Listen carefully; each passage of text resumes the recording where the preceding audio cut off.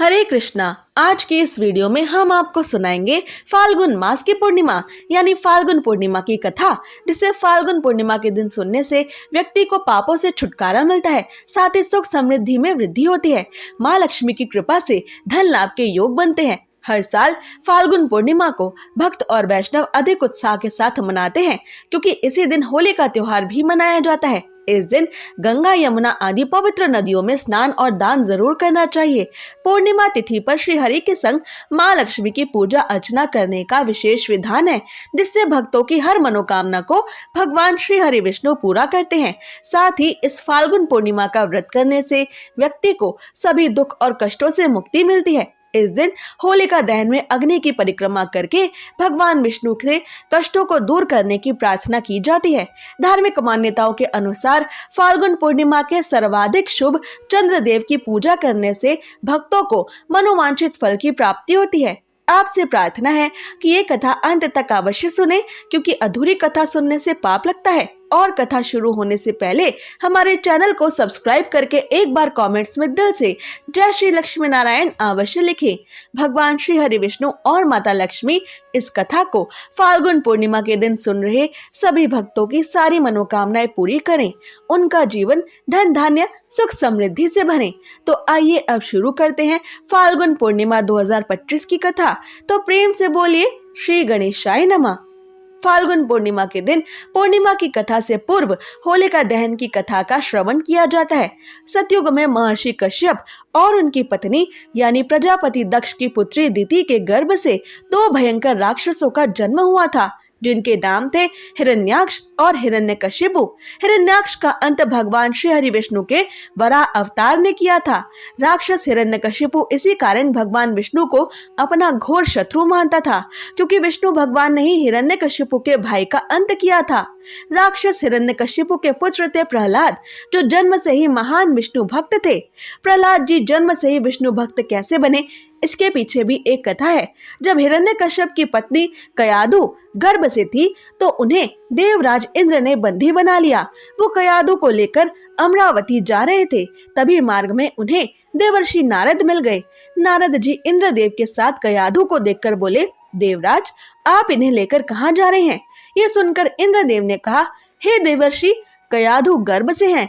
इनके अंदर हिरण्यकशिपु जैसे दुष्टात्मा का अंश है, जिसका वध करके मैं इस स्त्री को जीवित छोड़ दूंगा। इस पर देवर्षि नारद बोले, इसके गर्भ में तो श्री हरि नारायण का परम भक्त है, अतः इसे छोड़ दो इंद्र। नारद मुनि की ये बात सुनकर देवराज इंद्र ने कयाधु को छोड़ दिया। फिर देवर्षि नारद हिरण्यकशिपु की पत्नी को अपने आश्रम में ले गए और बोले, बेटी, जब तक हिरण्यकशिपु की तपस्या पूरी नहीं हो जाती, तुम निश्चिंत होकर यहीं रहो। तब से कयाधु देवर्षि नारद के आश्रम में रहने लगी और उनके दिव्य प्रवचनों का रसपान भी करती रही, जिसका कयाधु के अंदर पल रहे शिशु पर बहुत गहरा प्रभाव हुआ। माता के पेट में ही भक्त प्रहलाद ने नारद जी के द्वारा पूरी श्रीमद् भागवत पुराण कथा सुन ली थी। जब समय आया तो कयाधु ने एक पुत्र को जन्म दिया, जिसका नाम रखा गया प्रहलाद। इस कारण भक्त प्रहलाद जन्म से ही महान विष्णु भक्त थे। हिरण्यकशिपु अपने पुत्र प्रहलाद को खत्म कर देना चाहता था, क्योंकि उसका पुत्र ही उसे भगवान ना मानकर श्री हरि विष्णु की भक्ति करता था, और हिरण्यकशिपु को ये बात सहन नहीं थी। वो श्री हरि विष्णु को अपना शत्रु मानता था। उसके राज्य में जो भी श्री हरि विष्णु की भक्ति करता था, वो उन्हें कष्ट व पीड़ाएं देता था। ऐसे में जब उसका अपना ही पुत्र प्रहलाद श्री विष्णु की भक्ति करता है, तो वो अपने पुत्र से ही नफरत करने लगता है और प्रहलाद को अनेक प्रकार के कष्ट देता है। कभी प्रहलाद जी को पर्वत शिखर से फेंका गया, कभी भयंकर विषधारी सांपों के बीच में डाला गया, कभी हाथी के पांवों के नीचे लिटा दिया गया। पर श्री विष्णु भगवान की कृपा से प्रहलाद को कभी कोई कष्ट नहीं होता। हर पल भगवान श्री हरि विष्णु अपने भक्त प्रहलाद की रक्षा करते रहे और प्रहलाद जीवित और सुरक्षित रहे। इस कारण हिरण्यकशिपु अपनी बहन होलिका को बुलाता है। होलिका को ब्रह्मा जी का वरदान था कि अग्नि में वो भस्म नहीं हो सकती, अग्नि उसका कुछ नहीं बिगाड़ सकती। ऐसे में राक्षसी होलिका प्रहलाद को भस्म करने के उद्देश्य से उसे गोद में लेकर अग्नि कुंड में बैठ जाती है। पर श्री हरि विष्णु की कृपा से भक्त प्रहलाद नारायण नारायण नाम का जाप करते हुए सुरक्षित रहते हैं और उल्टा होलिका ही भस्म हो जाती है। तभी से बुराई पर अच्छाई की जीत, राक्षसी होलिका के भस्म होने और भक्त प्रहलाद की अटूट भक्ति, प्रेम और श्रद्धाओं की विजय होने की खुशी में हर वर्ष होलिका दहन का उत्सव मनाया जाता है। आइए अब सुनते हैं फाल्गुन पूर्णिमा की दूसरी कथा। पूर्णिमा का दिन भगवान विष्णु और माता महालक्ष्मी को समर्पित माना जाता है। धार्मिक मान्यताओं के अनुसार इस दिन लक्ष्मी नारायण जी की पूजा करने से जीवन में सुख, समृद्धि और धन वैभव की प्राप्ति होती है, क्योंकि इस दिन किए गए दान का फल अन्य पूर्णिमाओं के मुकाबले 32 गुना अधिक बढ़कर मिलता है। इस दिन दान, तप और पूजा करने वाले लोगों को पूरे वर्ष के सभी पुण्य कर्मों के समान फल की प्राप्ति होती है। ये दिन व्रत और पूजा के लिए बेहद विशेष माना जाता है, क्योंकि इसे हर मनोकामना को पूर्ण करने वाला दिन माना जाता है। इसलिए इस दिन व्रत रखकर भगवान श्री हरि नारायण की विशेष पूजा की जाती है। पूजा में ओम नमो नारायणाय मंत्र का जाप करते हुए भगवान श्री हरि विष्णु को गंध, पुष्प और नैवेद्य आदि अर्पित किए जाते हैं। सत्यनारायण कथा का भी आयोजन किया जाता है और पूजा स्थल पर वेदी बनाकर हवन किया जाता है। द्वापर युग में एक बार माता यशोदा ने अपने पुत्र भगवान श्री कृष्ण से कहा, हे कृष्ण, तुम संसार के रचयिता और पालन करता हो। आज मुझे कोई ऐसा उपाय बताओ जिसे करने से स्त्रियों को सौभाग्य की प्राप्ति हो, साथ ही उनकी सभी मनोकामनाएं पूर्ण हो। तब भगवान श्री कृष्ण ने कहा, हे माता यशोदे, मैं आपको एक अचूक उपाय विस्तार से बताता हूँ। स्त्रियों को सौभाग्य की प्राप्ति के लिए 32 पूर्णमासियों का व्रत करना चाहिए।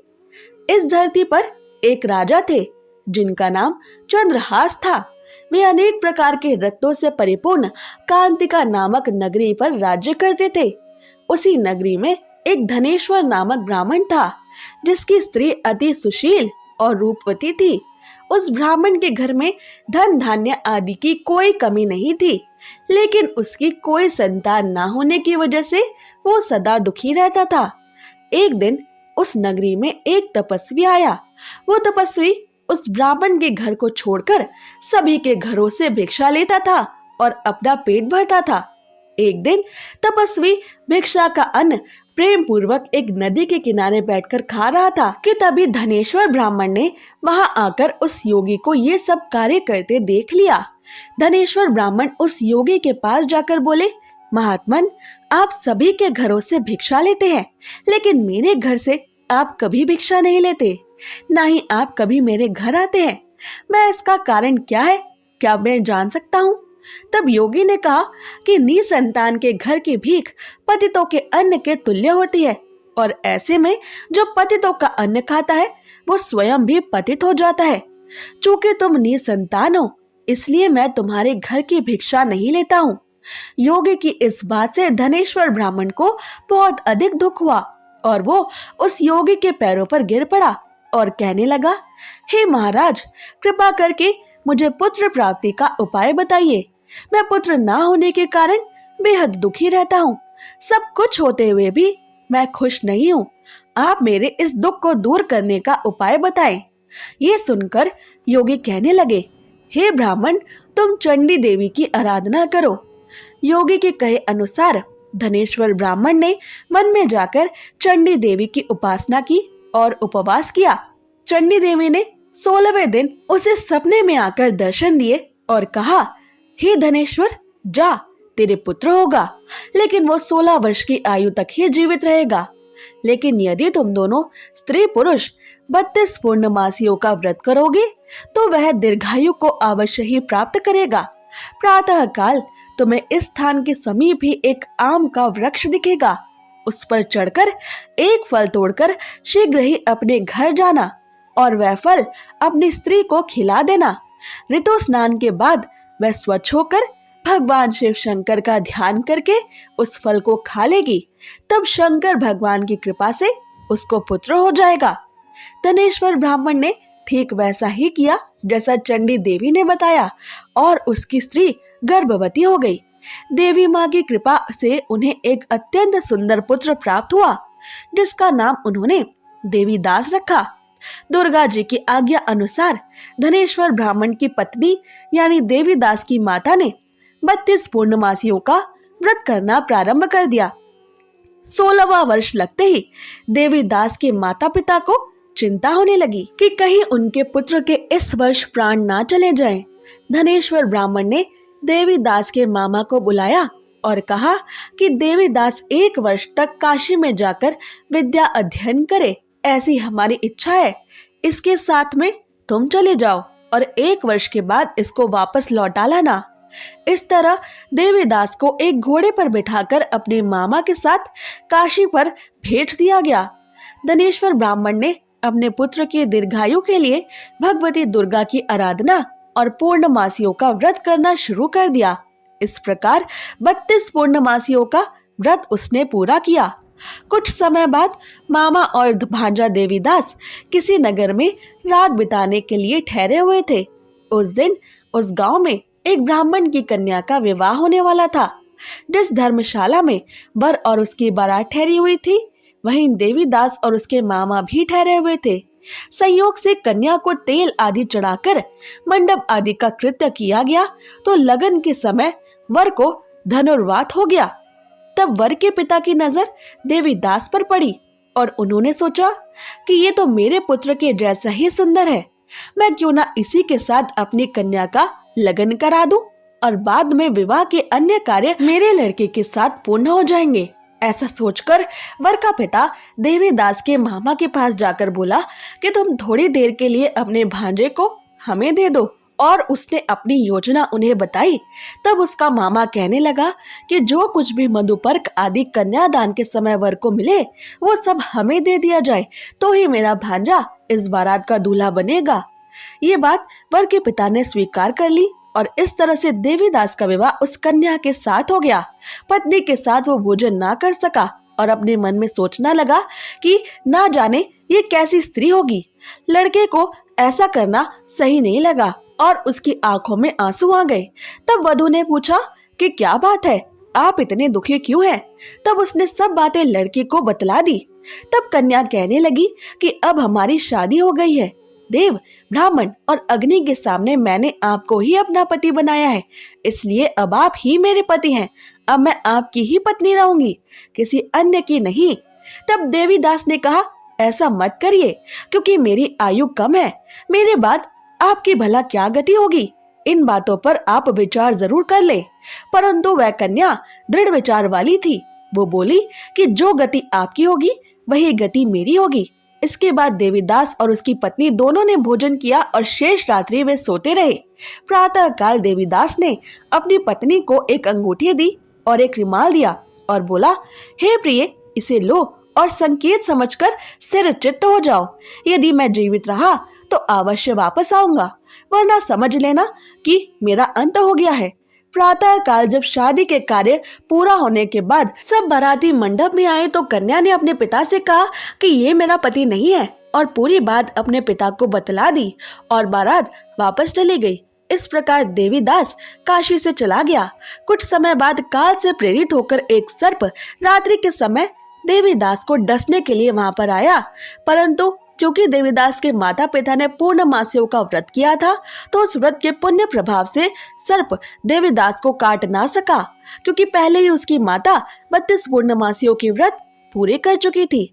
इसके बाद मध्याह्न के समय स्वयं काल वहां आकर देवीदास के शरीर से उसके प्राणों को खींचने का प्रयत्न करने लगा, जिससे देवीदास मूर्छित होकर पृथ्वी पर गिर पड़ा। उसी समय पार्वती जी के साथ श्री शंकर जी वहां पर पधार गए। देवीदास को मूर्छित दशा में देखकर पार्वती जी ने भगवान शिव शंकर से कहा, ये वही बालक है जिसकी माता ने 32 पूर्णिमाओं के व्रत किए थे, जिसके प्रभाव से इसके जीवन के अंत का दोष अब कट चुका है। माता भवानी के कहने पर भगवान शिव शंकर ने देवीदास को प्राणों का दान दे दिया। उधर देवीदास की स्त्री अपने नगर में अपने पति की प्रतीक्षा कर रही थी। जब 16वां वर्ष व्यतीत हो गया तो देवीदास भी अपने मामा के साथ काशी से चल दिया और वो कुछ दिन बाद अपनी पत्नी के घर पहुंच गया।